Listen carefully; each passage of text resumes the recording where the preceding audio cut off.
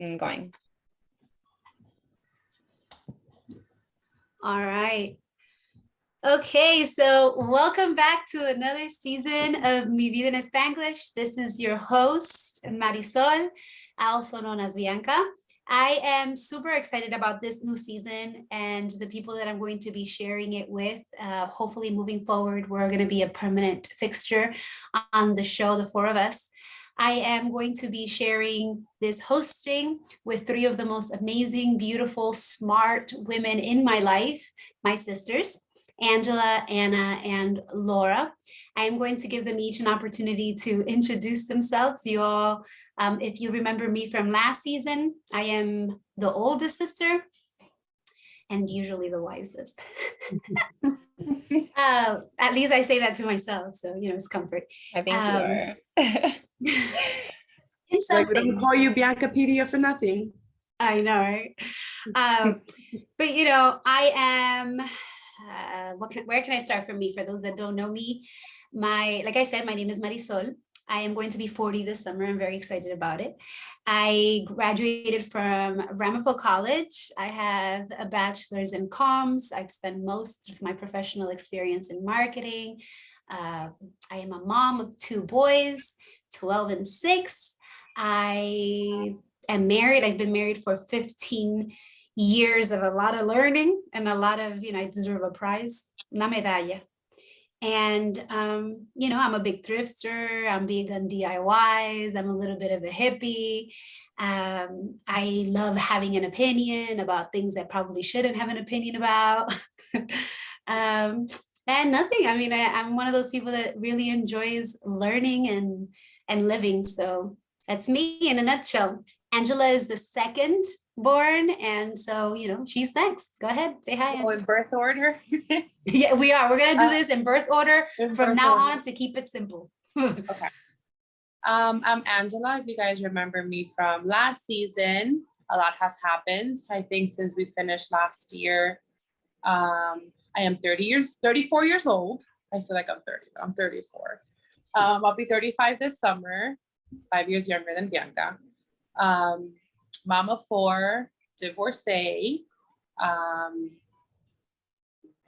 have my kids range from 16 to 6, so I have a little bit of everything on top of enjoying this new stage in my life. I work in sales and project management. I like brunching. I like shopping. I like drinking. Yeah, if I'm not with my kids, I'm either at a brunch or golfing, or there's also a drinking sport. So and we got us a new man. We do got us a new man. We got a new boo. Shout out to my puppy. So I'm excited to share this new season in my life, in this new season of Mi Vida en Spanglish, and also sharing it with my other sisters. So, yay. On to you, Anna. So, my name is Anna. I am a mommy to a 1-year-old. That drives me crazy sometimes, most of the time. I'm not good at this. Bear with me. I had to really think about doing this podcast very thoroughly. I would say I was held captive and against her will. Pretty much. I literally told her I would kill her if she did not. Pretty much. I started getting ready at 8:54 when I was supposed to be ready a long time ago. But I'm an entrepreneur. I have a lot of different areas. I suck at this. I cannot record. Just go for it. Nobody's. Oh my God! I don't know what to say. Huh? I am everyone's favorite aunt. Yeah, Stephanie. Everything is a go with me when it comes. I'm very fun, and I'll start warming up and eventually get more loose as it goes. That sounds good enough. And the baby. All right. So my name is Laura. Don't say Laura on. I won't. After I said it, so ugly. I was like, Laura? Yeah. Wow. Don't say that. It's Laura. But so I'm 27 years old. I'm also a mom to a 4-year-old, and I also have a bonus daughter. I've been with my daughter's father for the past 6 years, and I'm a teacher. I teach kindergarten, and I love working with the little kids. I tried working with older kids, it just wasn't my thing. I'm a new dog mom. We just got a dog that I didn't want, but I guess with time I'm gonna learn to love him. What else? I love to paint. It's like my thing now. I'm trying to like paint. I call my best friend over. We do little paint and sips. And I just like to try new restaurants, brunch like Angela, drink as well here and there. And that's it. Me in a nutshell. So these are my sisters, and we all wear many hats. And one of the most exciting things about wearing many hats is, the experience that we get, but it also comes with a lot of responsibility. And, I saw something recently that made me think about our topic for today. And moving forward, we have this really cool new approach to how we're going to present our topic. So every week, one of us is going to present a surprise topic when it's our turn in birth order. So Angela, you're next. To the rest of us. And then we are going to sort of be on the spot with the topic. So thinking about all of the roles and responsibilities that we have on a day-to-day basis, and this Instagram post that I found that I sent to Angela recently about this woman talking about women and their superpowers and the socially the social abuse that women go through made me think a lot about how we glamorize the super mom and the super woman. And it really hit a nerve with me because I think socially we are so used to seeing women do it all, handle it all, carry it all. And we're supposed to do it with a smile. And we're supposed to do it with grace, and we're supposed to do it and still keep our sanity and still keep our figure and still keep our husband happy and everything in place. And it's frustrating. I'm over the whole glamorizing of the abuse. So that's today's topic, glamorizing el maldito abuso. So let's go for it, girls. What do you think about it? I have the perfect start off. So, I have a pretty good relationship with my mother in question, is what I call her, because I'm not married. But I still have a lot of wifely duties. So my partner works in the trucking industry, and now he's doing the overhaul where he kind of leaves my house for a few days at a time. And it can easily be on the average of maybe 3 to 5 days, maybe even 6, depending on the week. So that's a whole new area that we're kind of like in now. So usually I try to kind of keep everything, by the time he gets home, I try to have everything done, like the food shopping and everything. Mind you, I have a 1-year-old, so I do all of this with my partner in crime, Sol, which is very fun and eventful most of the time. So long story short, my husband came home. This is a Spanish. Ya, tú estás casada, mi hermana. Usted It's tiene a cuántos Spanish años. thing. You refer to him as my esposo, and then you get stuck, and you're like, how you remove that from the English language? My partner, once again. My sleeping buddy, all these other titles, that is not it. So he came home 2 days earlier. So usually it kind of takes me out of my routine that I usually have. I kind of have it. I know when he's gonna come home by the time he leaves. So I always kind of make sure that I plan my week according to that. So the day that he got home, I had agreed to run a few errands with my best friend's mom. And she had been we planned this like almost like a month in advance. So I felt really bad because I knew that if I didn't do it with her, she wasn't gonna have anyone to do it with. So when he got home, I had bought him something to eat in the morning. I ordered him something to eat because on top of it, that when he calls me, he gets home super early. So when I got home, whatever, I ordered him something to eat. I got everything ready and I took the baby with me so he's able to sleep. In the afternoon, like around 2, I would say, he called me. Mind you, we had agreed that I was going to be home by like 4. So at 2 p.m. he calls me, whining because they can't do anything by themselves.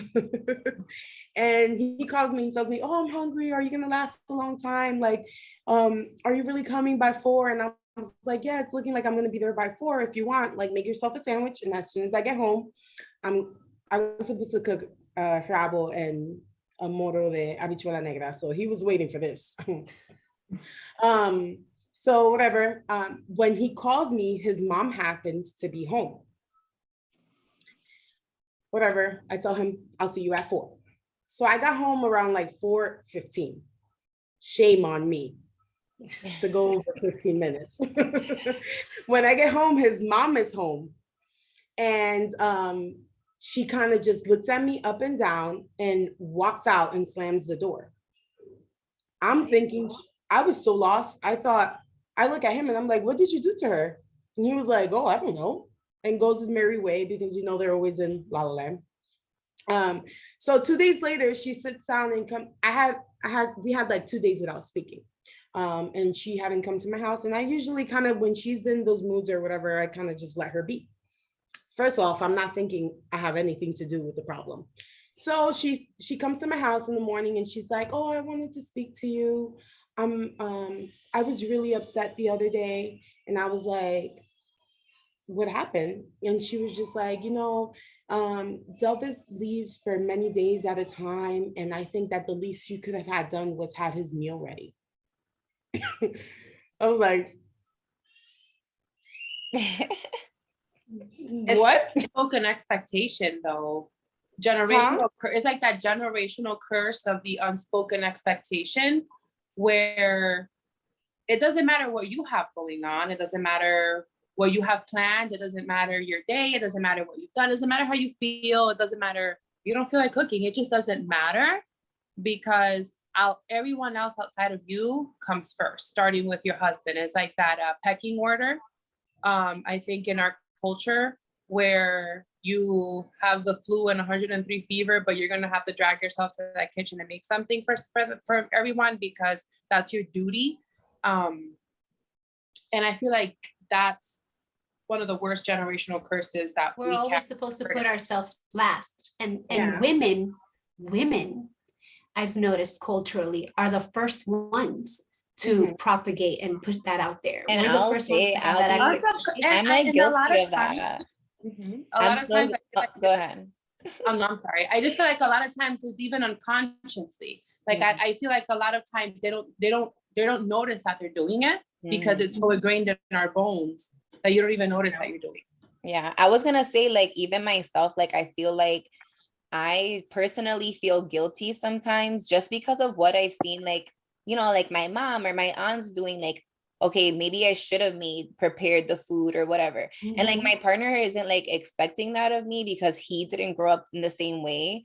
But it's like my own guilt within myself that I'm like, dude, like, should I have prepared him this meal? Should I have left something, like, it's, definitely the generational. We battle with those demons a lot. Yeah. And we're conditioning ourselves, I think, above all things. It's like if we share the load with our partners or expect them to share the load with us, somehow we're less women. Somehow we're less capable. We're weaker. We're not as strong as our abuelas or our tias or whatever, or our friends. Yeah. And we lose our own self-esteem and our self-worth and what we, the chains that we want to break. It takes us longer, or potentially we don't even do it because we're ashamed. Yeah. Because of that conditioning that you were saying, Angela. Like, it's crazy because even when he called me, I was like, damn, I was trying to do things a little quicker, but when she spoke to me and she says that, I look at her and I'm like, I almost was looking for like the camera, like I'm being pranked. Am I getting pranked? like there's somewhere, because because she was so upset that day. And the last thing I had in my mind that it was because of me, and especially because of that, you know? But to her, she was justified, right? Because that is, in the old school mind, that is the responsibility. Like, it's not the moms anymore, is the wives. Yeah, or the partner. because it's almost hypocritical though, because she's not that person. Yeah, but that doesn't matter.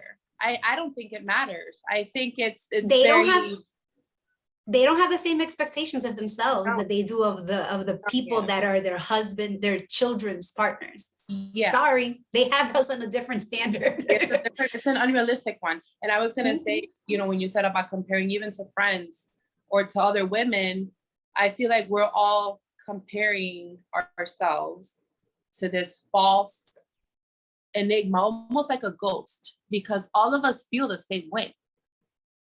But we're putting up this front, or we put up this front of perfection of what the perfect housewife or partner is.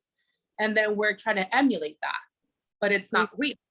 So we're all holding each other to this fake standard that none of us really live by, at least deep down inside. We're forced to do it socially, you know, because it's what socially is expected of us.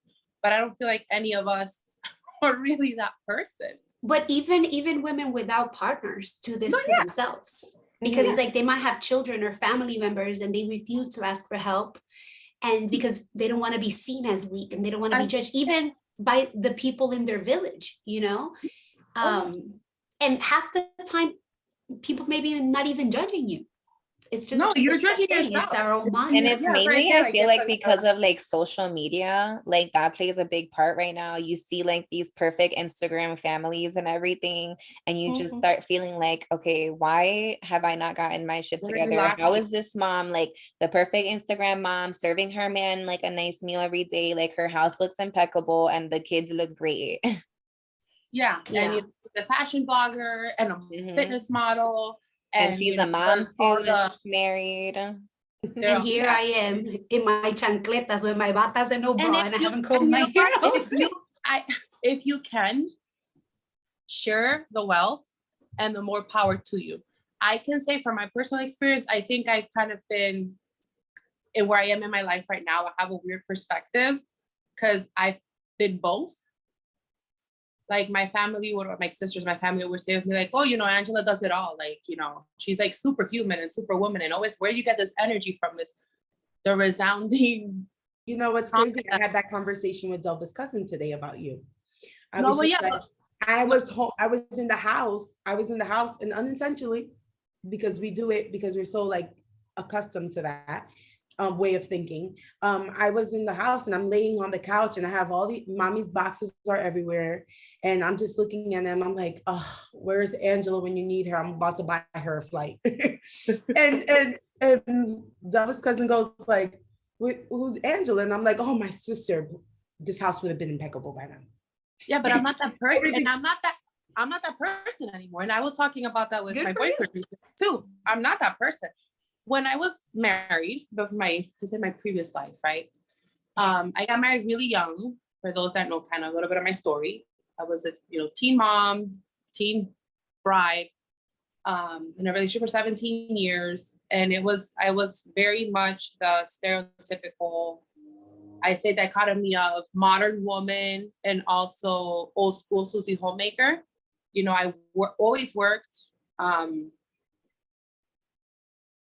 Stressful jobs, but also kept the home and kept the kids and kept the husband and cooked all the meals 6-7 days a week. And kept yourself. Huh?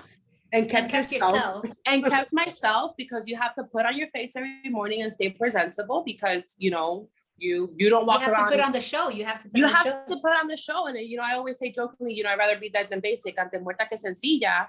But looking back at like today, like before, I would get up at 5 and work out, or have time at night to work out after, waking up at 5:30 in the morning, working out, packing the kids up, getting them to school, working the full day, picking them up, coming home and cooking, cleaning, making sure the house is in impeccable order, because heaven forbid somebody comes over and mother-in-law sees something, not to her liking, and it's like, you're not housebroken yet. But now I get home from work, like I have 50-50 custody with my ex. So there's like, I don't have my kids 2 weeks out of the month, but I come home from work after just working and I lay on my boyfriend's couch and I'm like, we're going to go to dinner. I'm like, no, I don't, we're going to Uber eat every day because I don't feel like picking up the spoon. Like, I don't feel like doing anything. So I look back at that and I feel sad for my old self. Like, I couldn't just be. Like, I couldn't just be. And, you know, when I see like other women and kind of that, you don't know until you're out of it because you're almost in a fog of survival. So you have to get up and do it every day because when you don't have a choice, it's your only choice. I always say that. And I think it's unfair. And then I also think like I'm teaching my daughters, right, that that's the mold. And then I'm teaching my sons that that's the expectation of a partner. But I'm not teaching them partnership, which is if we're both working in this home, even if I'm not working, we're sharing the responsibilities. That was one of the things she told me, that was the least I can do since I'm home all week. And your child is like, has the energy of like triplets. But even if she didn't, even if Sol wasn't, I mean, I work, honestly, momentico realista. I work because I'm a better mother, I'm a better partner, I'm a better human when I have a schedule at 9 to 5. Being home, at least personally to me, it's all consuming because a job, you clock in, you clock out, you escape it. And you have a routine and you know what the routine and the expectation is every day. When you're home, you are always on call. It's like a neurosurgeon on call 24 hours a day, 7 days a week, and nobody checks you. That's been my life for the past 2.5 years since COVID started. I've been home and I feel like everybody else gets to check out, you know, everybody else gets to sit on a couch for 5 hours. And even on a day that I don't do anything, I still have to get up and make a breakfast, or I still have to give somebody a bath, or I still have to put somebody to bed, or I still have to worry about, you know, did you brush your teeth? Did you pick up the dishes and the dishes in the sink? Go do your chores. Even on the days that I'm not doing anything, you know, and it's exhausting. It's exhausting because I don't even have that grown-up stimulation like when I used to go to a job, you know, I'm just home.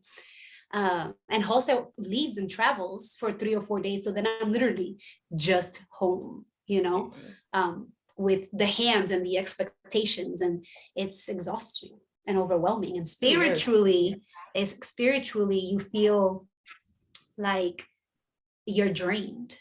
Yeah. You know, Laura, you were going to say something? No, I'm just listening, but it's funny because like, you know, like we all lead these very similar lives where it's like we can't turn off the mom thing. And it's funny because like my partner, he gets upset with me because like on the weekends, right, I like to sleep in. That's like my thing. And I feel like it's like a non-negotiable thing. Like in order for me to be a better mom, like let me sleep in on this day, you know. And I tell him like, you got to do the same thing. Like everyone has to do that one little thing that like kind of works for them, because like we're not these superhuman people, and it's okay to kind of like just put yourself first, whatever that is, you know. And like we all just kind of like need a little bit of that. And like you said, it's like we stay home all day and we're still needed, but you still got to find that balance and find just that one thing that's like non-negotiable. I agree. One of my non-negotiables, when Anna came to visit recently, she's like, oh, I like to create, and I didn't have a space, and it was driving me crazy because I felt like I was like a pressure cooker, you know.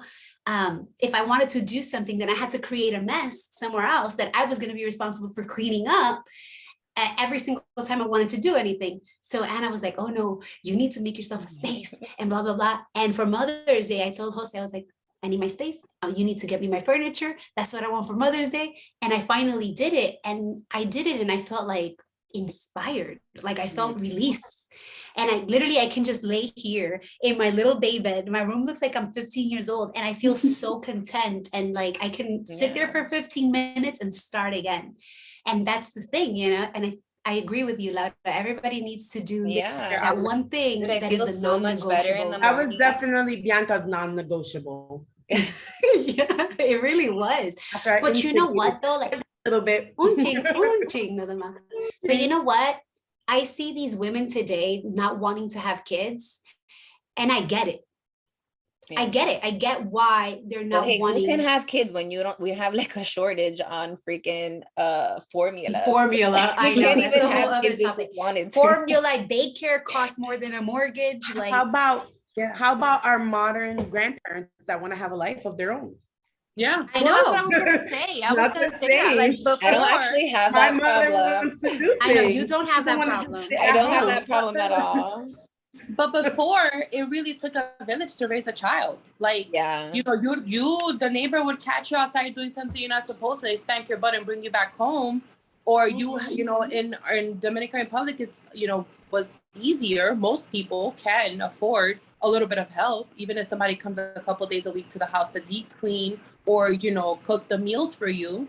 You know, if it's easier, so you have support. Here, nannies make more than I do. And make more than I do. Like, so it's, you know, in the long run, it's I understand what people call selfish. I don't think it's selfish. I think it's being realistic of not wanting to have kids, or, you know, or Yeah, no, I have a taking their bunch of time friends. and really like thinking about it. I have a good amount of people that went with me to college and graduated with me from college that are my age or a little bit older, and they don't have their kids, and they don't want. They're flat out, and you know, they don't want any kids because, especially being Latina, I think, and knowing what the expectation, the demand is, what the risks are that you're taking long term, what you're gonna lose, and having that consciousness, eso asusta cualquiera.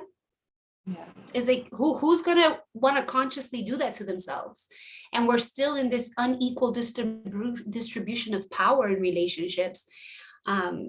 That doesn't look like it's getting any closer to balancing out anytime soon. So you know what? You can't blame it. You can't blame women for not wanting it. No, I get that. I may be the unpopular opinion when it comes to what you just said, because I feel like I've been on both sides, extremes of the coin. At least for me, in my situation, looking back at the unevenness and unfairness of distribution of power and responsibilities in the home as itself. A lot of it, though, and this might sound horrible, I will explain. A lot of it, though, is self-inflicted. Oh, 100% agreed. I think 99% of it is. No, yeah. Well, I feel like how we can break those generational curses and kind of save our kids from repeating the same cycle is finding our voice as women or Latina women. We're taught that calladita te ves más bonita, right? Quieter, the quieter you are, the prettier you'll come across.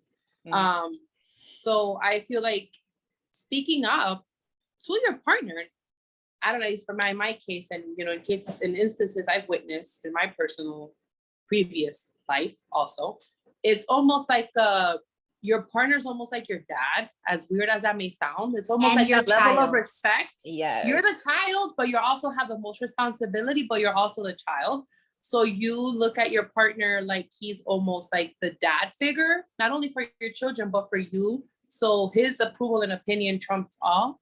So you're almost afraid to speak up and say, mira, coño, wash the dishes too, because I'm tired. Like I cook, I clean, like I'm tired. You're walking on eggshells because you want to avoid something. Yeah. You want to avoid a confrontation, and you also don't want to look like you're less than. You're not a complete woman. So you don't say, you know, we're taught to not say, mira, like get up and wash the dishes too. Like it's a partnership. So we feed also unconsciously that narrative of we have to do it all because we're not speaking up and saying, I'm tired. Like, oh, but hold on. But hold on, let me interrupt you. Even when it's not like that, even when you have a partner that wants to do something and is like all into it and like, oh baby, déjame ayudarte a fregar, or déjame limpiar el toilet. We say no. We start critiquing it because we critique it. I'm guilty of that. Or we say no straight up because we can do it, especially at the beginning of the relationship when we want to be like, ay, la mejor, you know, like the best girlfriend or whatever. And like, the then best in show how is the show shit pony. hits the fan and we have the kids and we have the life, then we want to reprogram them, ¿verdad? Pero una cosa llama el diablo y otra cosa velo venir, right? It's one thing to call the devil and another one to watch him come, my friend. It's, you have to think about the future and the stupidity that you're doing right now when you're accommodating your spouse, because you're conditioning them as well. You're accommodating them. You're saying we see them as a dad, which 100% agreed. Then we also see them as a child. We treat them like children too. So it's like that constant battle, you know? It goes both ways. Yeah. Now, being, and maybe because we're still in that honeymoon stage, but I'm enjoying every second of it. But being in a relationship that's so different, and I had a, I did the whole dating and that. Wait, but you guys have been in a relationship for almost 2 years here. Yeah. But now Oh my being God. in a relationship, huh? I said, oh my God. I know, time flies. Just the Almost other 2 day I was years. asking y'all like, oh my God, for opinions. Yeah. That's a whole other episode. But anyway, being in a relationship with someone that's also been through things and like has already, had to kind of live the experiences and the mistakes of, young marriage or whatever.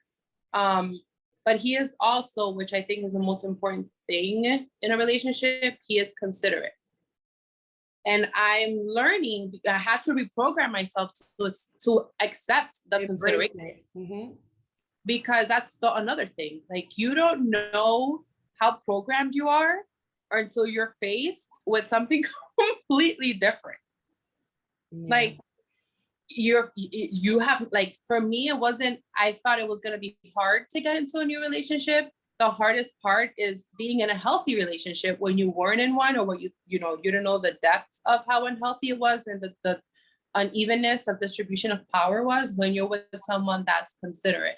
That if on Sundays when I drop off the kids, or the kid's dad picks them up for his week, and I pack my annoying ass wagon. I have a whole wagon that I'll show you one day. When I pack all my crap and I go to my boyfriend's house because he's closer to my job and gas is crazy, so I'd rather just stay over there and drive 10 minutes to work than 40.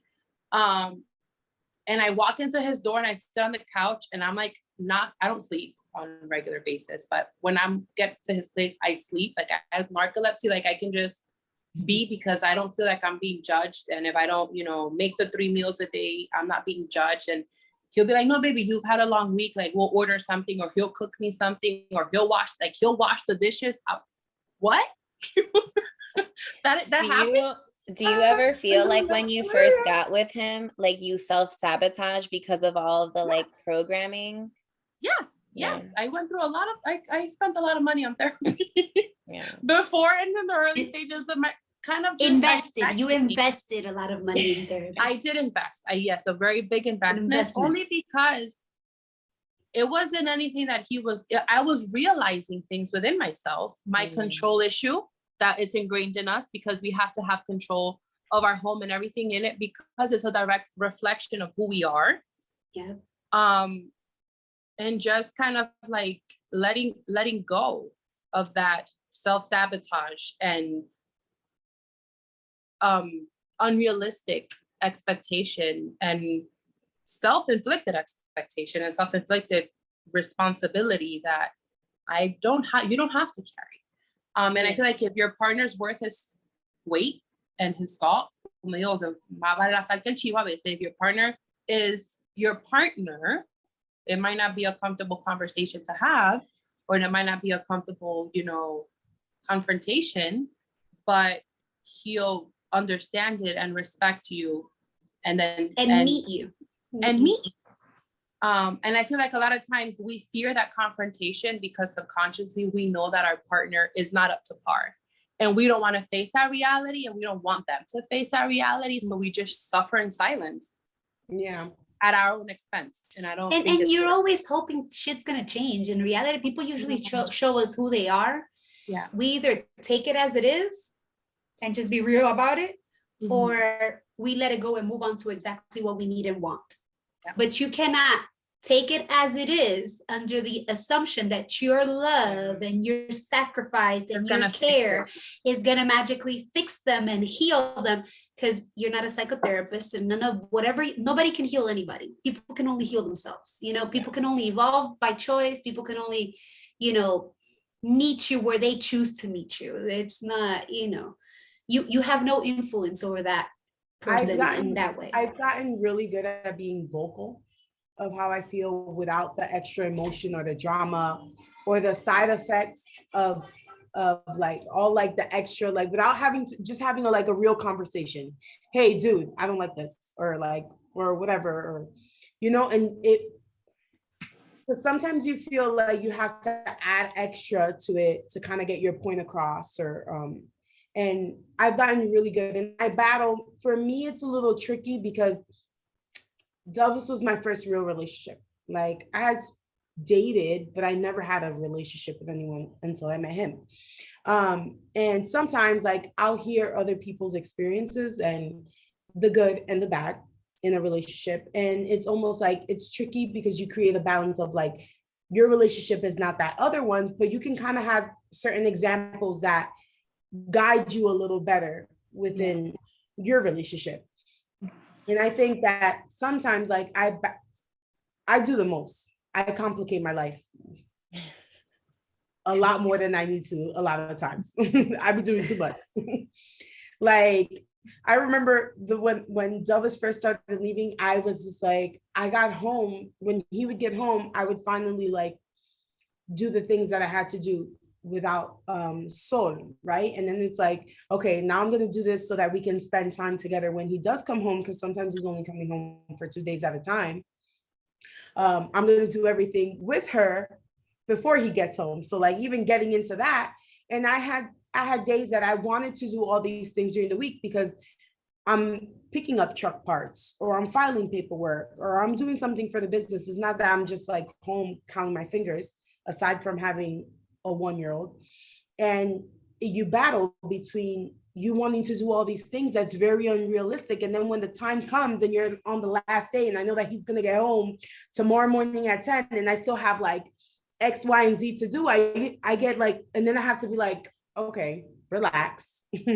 It's okay if you just had 3 things left over, figure out another way, you know, without feeling like, because even though I was upset that she said it out loud, it still kind of bothers you. Huh? It's a trigger.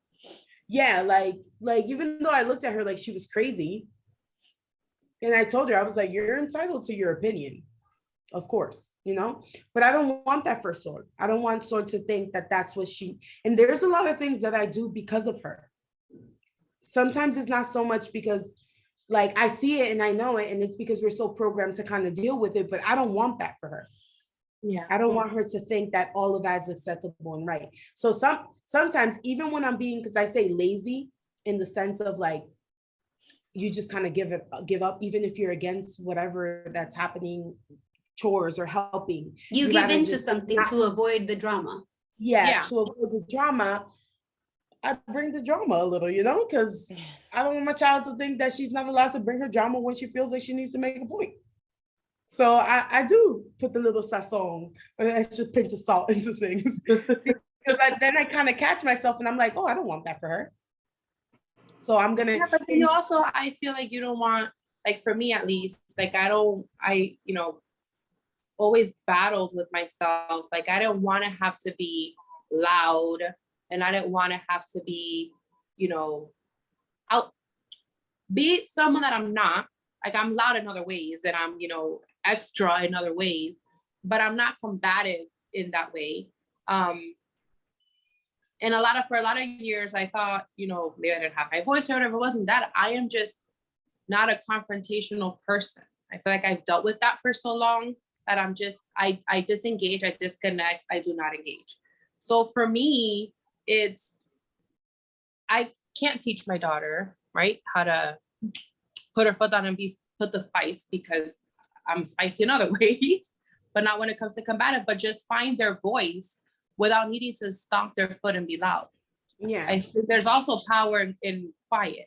So you know, I would say if as women that I'm raising, and also boys most importantly, right? Because I'm sending these two out to, you know, marry somebody's daughter, if that's what they choose, you know, to do. I'm not doing that to nobody's daughter. I'm not putting nobody's daughter in the shoes that I was in when I was 15 or 16. But you know what? If I can help it. But you know what? If the girls learn early enough to communicate their needs as they have them, that's my goal. They don't even have to get to the combative place. You avoid it altogether, right? Because we're communicating in healthy ways along the way and probably compromising and finding solutions. If they have a healthy relationship with a healthy partner, that's what it's going to look like. Will they have a combative day? Yes, everybody does. But it never has to cross that line. You know, you never have to cross into a line of disrespect. That's not normal, regardless of what anybody wants to say. It never is. I've learned that the hard way. You know, Jose and I, in our 15 years, we've gone through it all. We're learning still just now to communicate it in a healthy way. And it's taken us this long because there was a lot of line crossing, you know? And if I have some advice to tell anybody is no, don't do it. It's never worth it. And you don't want to invest 10, 15 years to learn to fucking talk. If you're not talking like adult grown-ups at the beginning of a relationship, walk. Neither of you are ready for it. You know, and if you're capable of doing it and your partner isn't, then that's a huge red flag that that person isn't ready for the degree of commitment that you bring to the table. So you're all going to have an uneven relationship. So why invest your energy and time in raising a child that isn't even yours? Hard for people to think like that though, when it's like, I feel like the majority of people, or at least like in like the Latina community, we don't see those healthy relationships within our parents. We don't see this healthy communication within our parents. So it's like, unless you literally wanted to look within yourself and find that invest in the therapy for yourself, that's the only way you're going to learn how to communicate with somebody else. And if you're going to marry or be with somebody who's also, you know, Latino or whatever race is similar to ours and that don't know how to communicate, you know, you're just going to keep dealing with the problem. Mm-hmm. It's a cycle. I say I lived the first 30 years of my life walking on eggshells, right? Because I say we come from a very, you know, people pleasing environment where we would oftentimes had to make ourselves uncomfortable so other people could feel comfortable, especially as girls.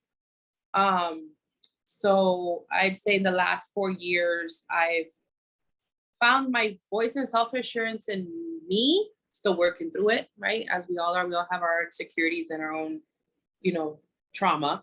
But I've learned that it does exist because if I could do it with myself, there's somebody out there that can do it within themselves too.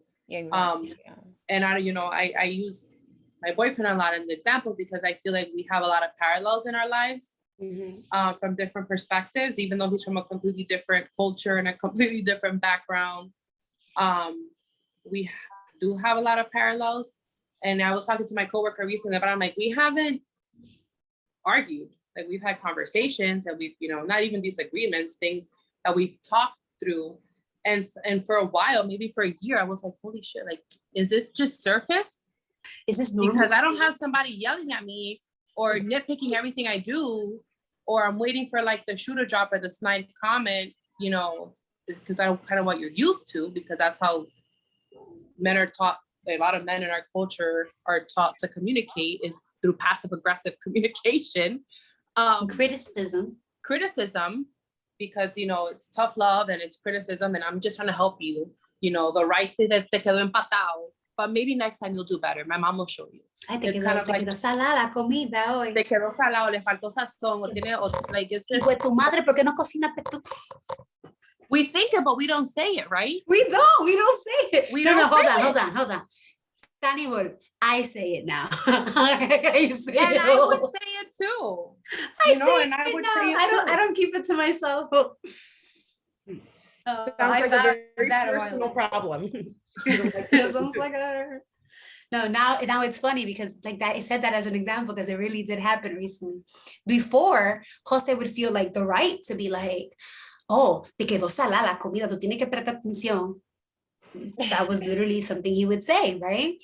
And now he has to think about it. Now he'll be like, baby, te quedó como un chin alta de sal la comida. Tú sabes, Bébete lo esté vaso de agua, you'll be pendiente. fine, I promise. Drink 2 cups of water. Your hypertension And will I go tell him, I just tell him, oh, you don't gotta eat it. you don't gotta eat it. You know what's the crazy part? Or Like you learn to cook.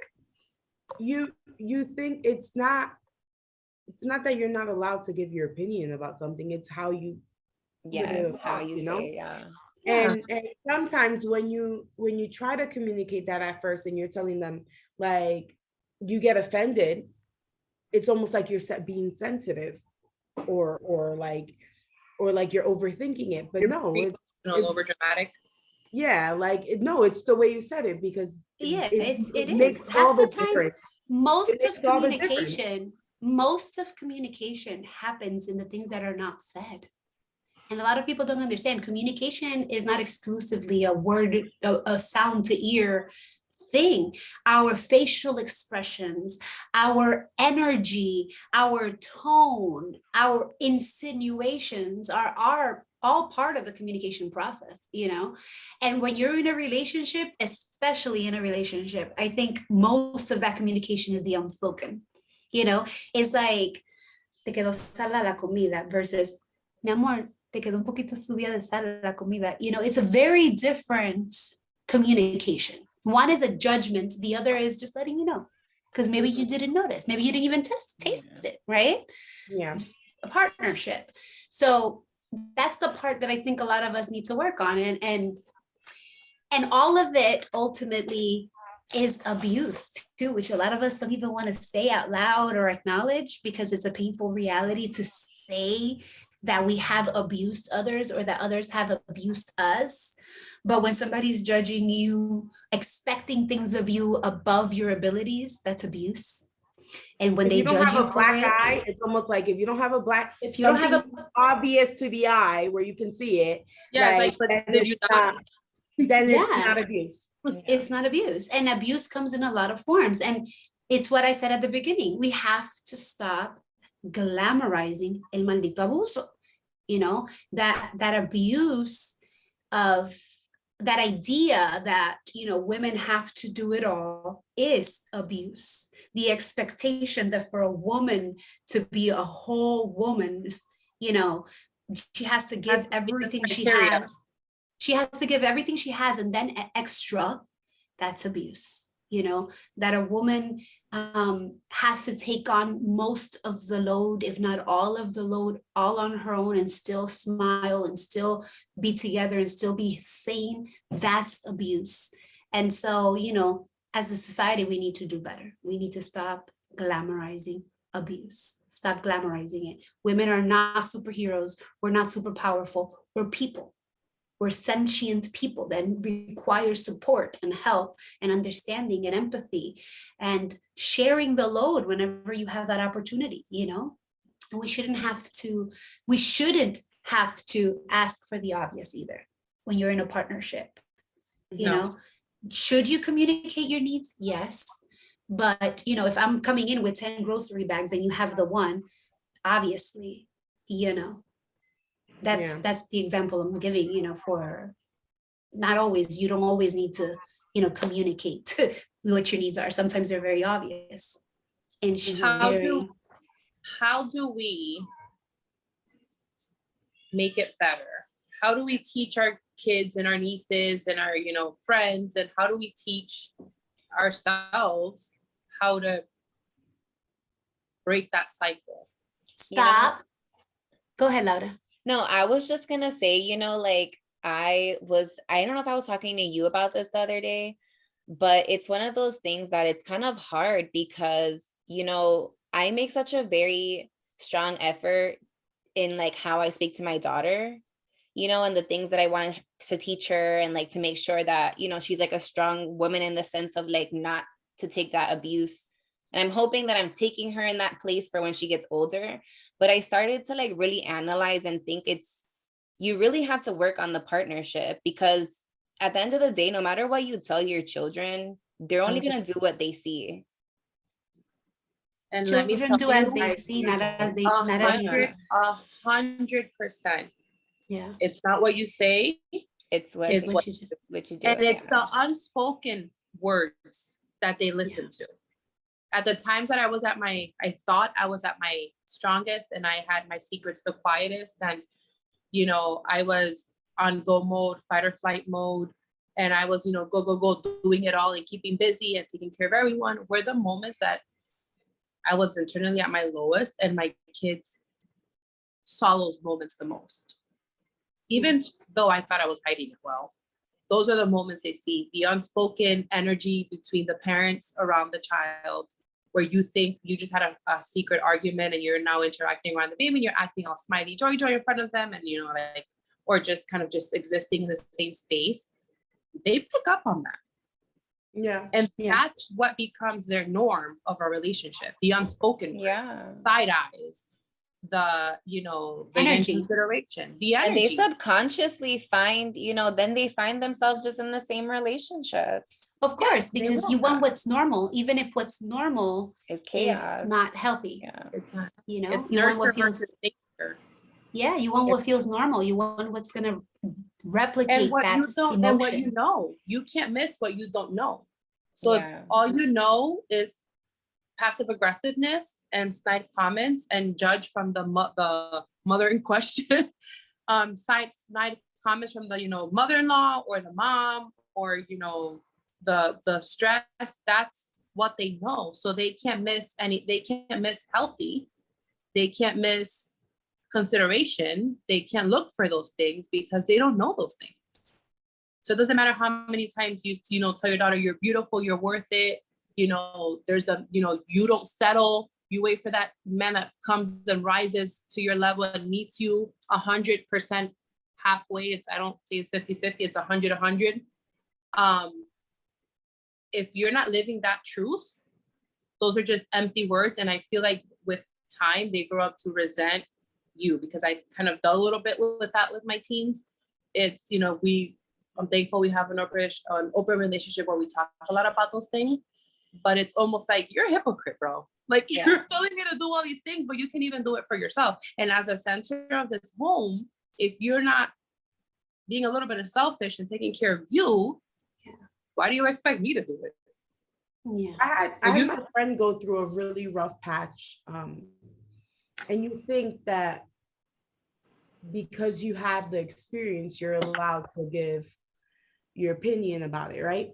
But they don't see it that way. No, it's not They easy. don't see it as I'm going to listen to mom because mom went through it, so I know that what she's telling me is accurate. No, they're going to see it like, I'm not listening to mom because she went through it. And the opposite. Yeah, it's the opposite effect. Like I was talking to my friend and she was super frustrated because her mom had a very Latina marriage, a gazillion years. He did what he wanted. He traveled when he chose to. She was always home. Everything went accordingly to what he wanted to do when he wanted to do it. So when she got caught in that same situation in her relationship, when her mom tried to say something to her, she got offended, or she wasn't allowed to get, and her mom's like trying to talk to her, and she noticed what her mom said 5-6 years down the road, which she could have saved those 5-6 years, but at the moment she didn't want to hear it because she was just like, you don't have a good example of a relationship. And maybe now you and my dad have a good relationship because you guys are older now and he's tired of living large. Running the streets. So now you guys can have the relationship you deserved 25 years ago, but you don't want to hear it. No. Yeah. And it's like, it happened to me. Like my mom would always say, like, it's like almost like you're sharpening the knife for your own throat, little by little. So when I was faced with my reality and, my separation, all that stuff, even though we thought it was amicable in the presence of the kids and all that, all the years of me keeping my suffering in silence and being superwoman and, the surface and, doing everything by the book how it's supposed to be, my kids were almost resenting me for it because they really knew how unhappy I was. Even though I thought I was hiding it well, they knew. So when like things exploded, I almost looked like the villainous one, because if I was faking this happiness for so long and things were so great, why was I leaving? You know, like why are you exploding now, lady? Like, hold on, you were just making 45 pounds of oxtail the other day. What happened? Yeah, it's true. It's It true. was like, what happened? Like, It's not, and marriage is not one of those places that you're gonna fake it till you make it. You know, it's not. It's like, not. Are you the drama mom? Like, or are you like all of But you know, like Laura asked before, is like, in what ways can we break those cycles and stop that? I think another way that's crucial is to watch what we say when we see women in those scenarios. judging When other we're people. talking about them, instead of Yeah. saying, wow, mira a fulana, like she's so, you know, committed and she does everything, and she's, instead of, like I said, glamorizing it, Or the you have to- opposite. Or saying, I mira esta, like she hasn't washed the dishes and she's gonna go to bed like that. Oh my God. Yeah. Oh, that's me. Sí, se lava, Exactly. sí, así se lava That's los trastes, definitely me imagino Bianca. cómo se limpiará y No, ya no, tú no, but sabes. hold on. Not the criticizing part, though. I don't like to do the dishes The washing before dishes. bed. The I washing rather do dishes. them in the morning. I say, Let's be I'm at clear. a place now where I tell my kids, I had this conversation with my son today, mental health above everything else. I Oh, yeah. am a clean freak. I like to clean baseboards. I like to keep my home tidy. But if I don't feel like doing a load of laundry, if I don't feel like washing the dishes, if I don't feel like putting the pots away, I'm not gonna do it until I feel like I'm ready. It's not gonna And My take it's me new really days. thing I'll is, do it I the tell next my day. children, Everyone is gonna live. Like I always say that. Like everyone is gonna be fine. There's always another shirt. There's always another pants. Go get another cup, whatever. Everything is gonna be fine. Like your house is not gonna come tumbling down because you decided not Yeah. to do anything for a day. Yeah. that's something that I have learned. And like one of the things that I have done for myself is that with the dishes, like at the end of the day, I'm exhausted. The last thing I want to What do is it that you spray on it? Vinegar. Vinegar. She's But you know, like one all of over the her last thing dishes. that A I natural want to do, cleaning spray. my natural pine and vinegar cleaning spray. Yeah. But one of the last things I want to do at the end of the damn day is stand in front of a freaking sink for 1 hour cleaning the, no, I don't know. I'd rather do it in the morning when I am refreshed and energized and I have my good to go energy and I'm not in a crappy mood. I'd rather go put my kids to bed. I'd rather read Sebastian a story. I'd rather watch a Netflix series with my husband. I'd rather You just know? not deal with it. Like my I'd rather boys, just do nothing. we have right before schedules. bed. I have teenagers and we have schedules and we share the responsibility. One does the trash one day, the other one does the dishes, like they interchange every day.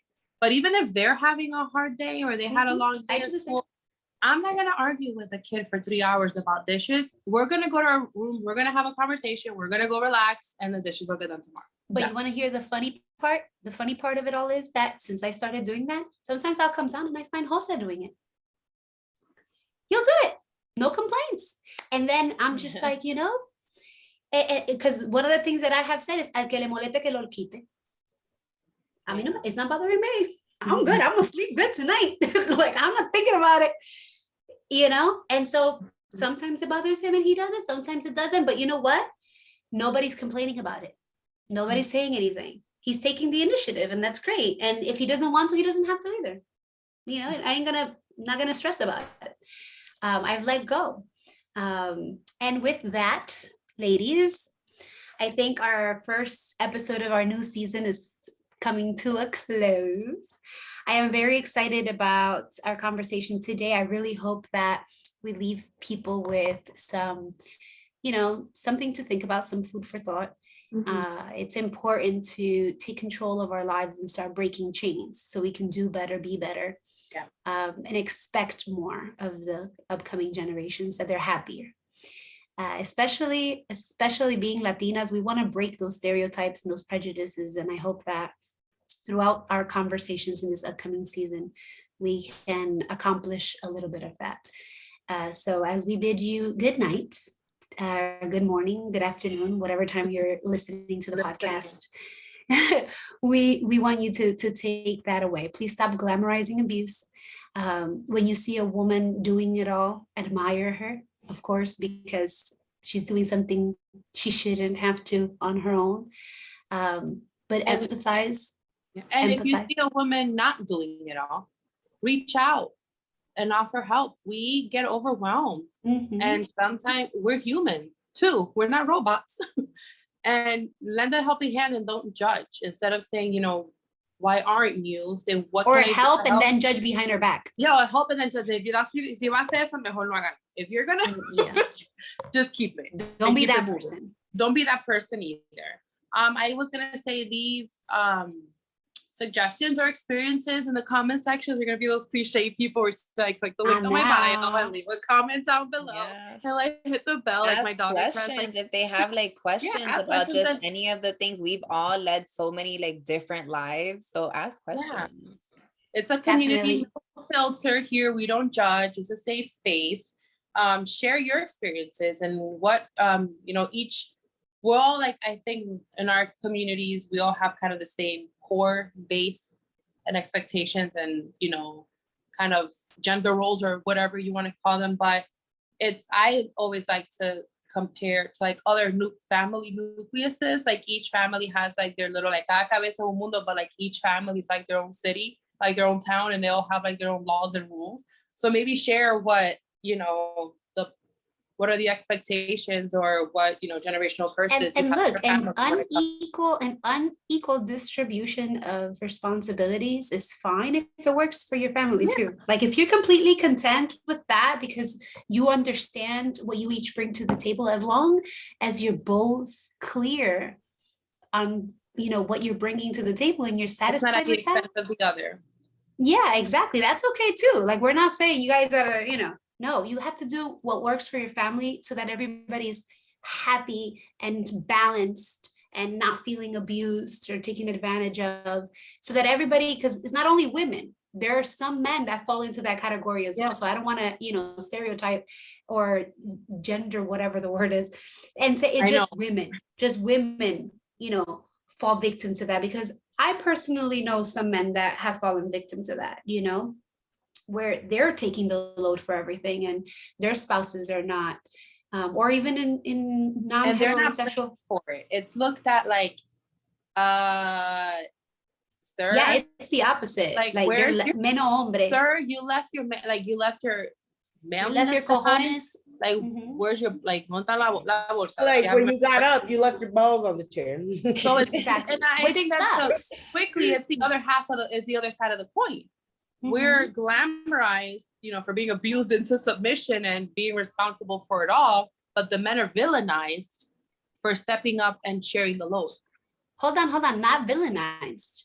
They're emasculated. So not even villainized. They're emasculated. Their manhood is completely codependent on how dependent they are, how abusive they may or may not be, how controlling they may or may not be, how opinionated, how they lead the household in voice and dictatorship and not in action, right? And no support. So that's how, and that sucks. That's the conversation. I agree with you. I think that's a conversation that definitely needs to be had, and a thing that needs to change too. We have to stop assigning these gender roles that are just ruining things. Possible it's like next comments. If you're possible next topic. Yeah. Possible next topic. Angela, there maybe you go. The other side of the coin. We'll see. Yes, I have 2 boys, so I'd love to talk about this. I think this is, you all mothers of daughters. Oh, half of us have daughters. Half of us have sons and daughters. Angela, you have both. I only have both the boys.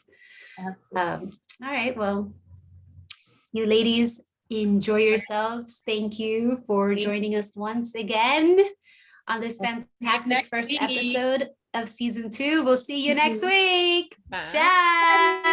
Bye.